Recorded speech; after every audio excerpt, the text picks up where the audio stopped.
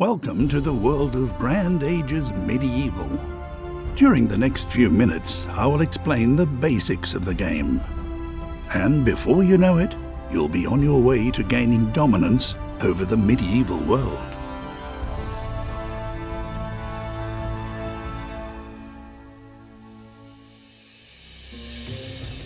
Build your empire. At the beginning of the game, you have the option of choosing between campaign, multiplayer mode, and an open game. Campaign is the best place to start in the world of Grand Ages Medieval. It not only tells an exciting story set in medieval Constantinople, using lovingly created video scenes, it also provides a step-by-step guide to the way things work in the game in a clear and concise manner. In multiplayer mode, up to 8 people can make their own rules in their battle for domination over 12th century Europe. In an open game, you get to customize all the starting and victory conditions. Once you have started a game, you can zoom, rotate, and move the camera about freely in the game world. Take a look at your first town first. In the role of town leader, you will enter a high-stakes game and become ruler of all of Europe. You'll be able to see how many inhabitants your town has and which goods are currently being produced. Depending on its location, each town can produce up to 5 different goods. For example, if a town is located near a body of water, fish can be caught and traded there. The production quantity depends on the number of available businesses. In total, there are 20 different commodities in the world of Grand Ages Medieval, and every town will require all of these as time goes by.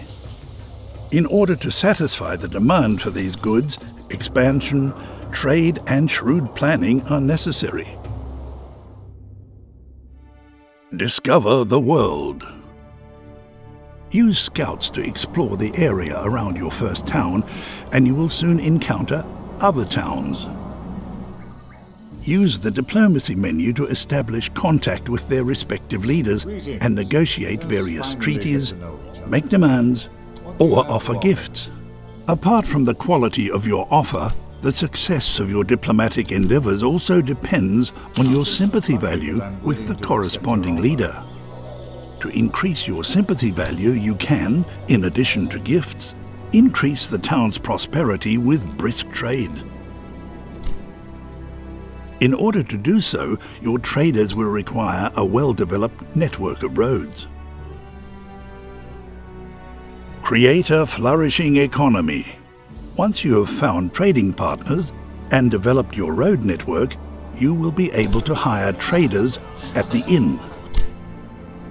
Fill their carts with commodities which you yourself have produced at low cost and send them to foreign towns to satisfy the demand for these goods there, and of course to earn a little gold as well. With this gold, you'll be able to expand and upgrade your town and production businesses, which will attract new inhabitants from the surrounding areas and create growth. But beware, as the town grows, so too will the needs of your people, which must also be satisfied. Expand your borders. In addition to traders, you can also hire settlers at the inn, with which you can establish new towns. To do so, send a group of settlers to a region of vacant land. At any point in time, you can view locations where certain goods can be produced and the places that settlers regard as being especially suitable for building a new town. Once you have found a suitable location, you can establish a new town and give it a name. A beautiful land. Recruit a terrifying army. The larger your empire grows, the more important it will become to defend it with courage and cold steel.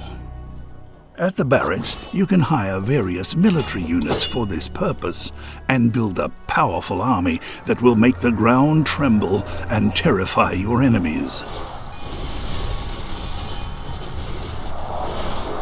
To protect your empire, you can also erect watchtowers along your borders. If your expansion efforts are restricted by enemy borders, you can declare war upon your competitors and take over opposing towns, not only economically, but also by military force. Prevail over the forces of nature.